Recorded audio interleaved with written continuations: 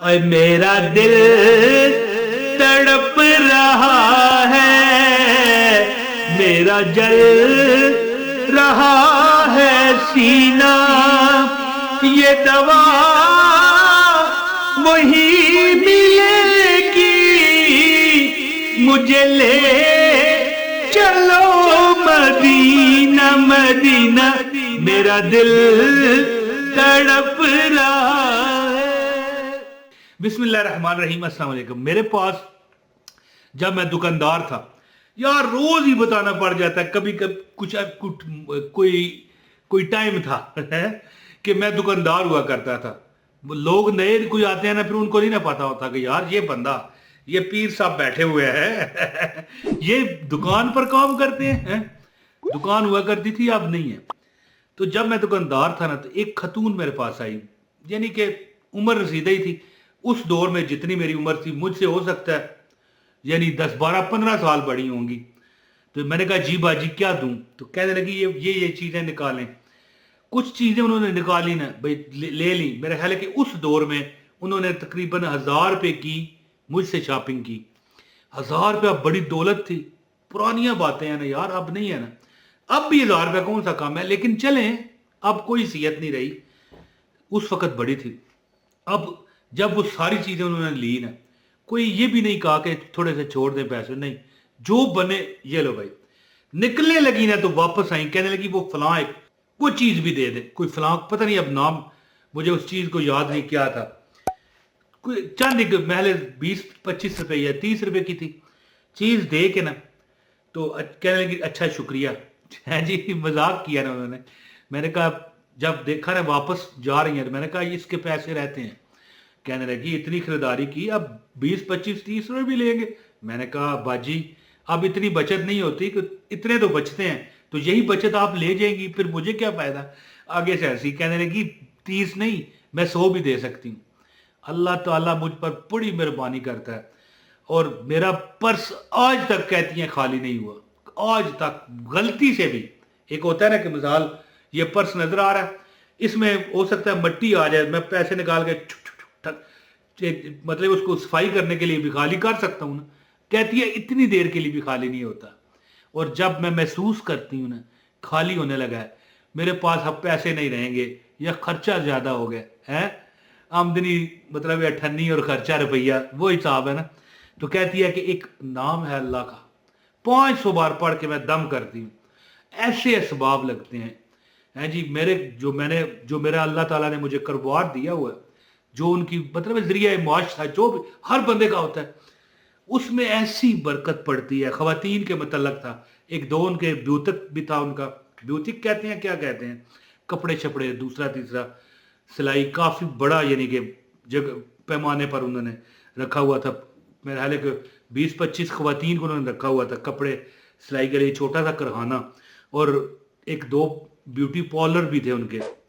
تو کہتی ہیں کہ میں بس اتنا کرتی ہوں کہ سجدے میں سر رکھ کر 500 بار ایک اللہ کا نام پڑھتی ہوں، اور پھر جس کو میں دیکھ لیتی ہوں وہ مجھے ملتا ہے، جو میں سوچ لیتی ہوں نا کہ بھائی ہائے اے لب جائے، وہ بھی مل گیا۔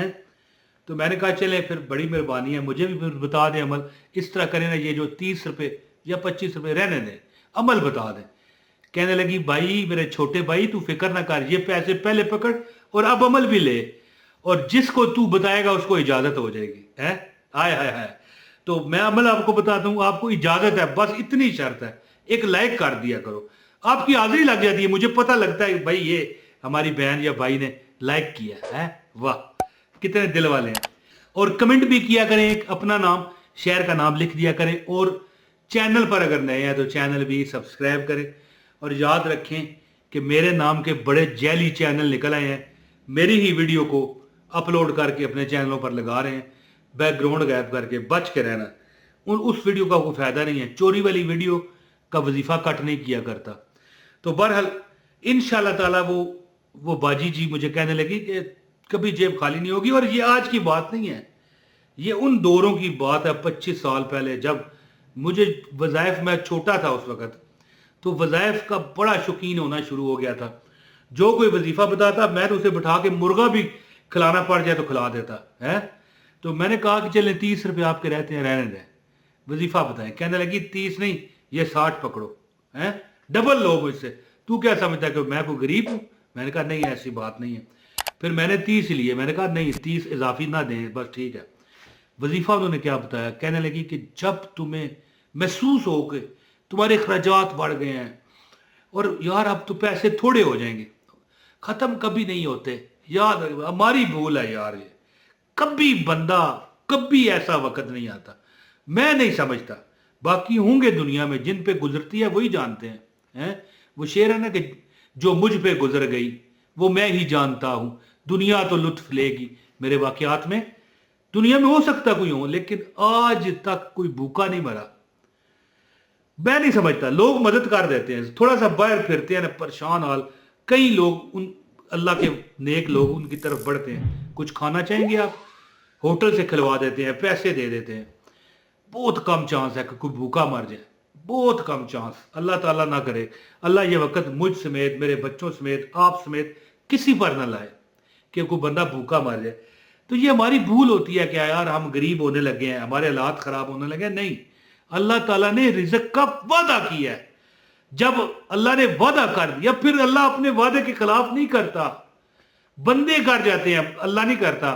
اور اگر خدا نہ خواستہ یہ رزق اللہ بندوں کے ہاتھ میں دے دیتا نا، تو پھر تو ہر بندہ فلاں مر گیا، فلاں بھوک سے مر گیا، فلاں بھوک سے مر گیا، اطلاعیں آتی، اخبارات میں ٹی وی پر لکھا بھائی نیوز آتی۔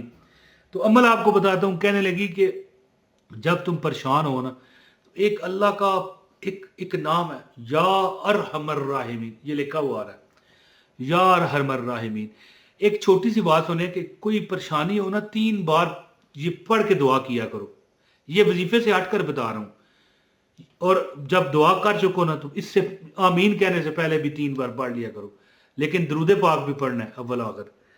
تمہاری زیادہ تر دعائیں دیکھ لینا قبول ہوں گی، قبول تو ساری ہوتی ہیں، یعنی تمہیں ان کا بینیفٹ مل جائے گا۔ کئی بار اللہ تعالیٰ دعا کی 3 کیٹیگریاں، ایک تو اللہ کچھ دیر بعد دیتا ہے، ایک اسی وقت دیتا ہے، اور ایک اللہ عاقبت کے لیے رکھ چھوڑتا ہے۔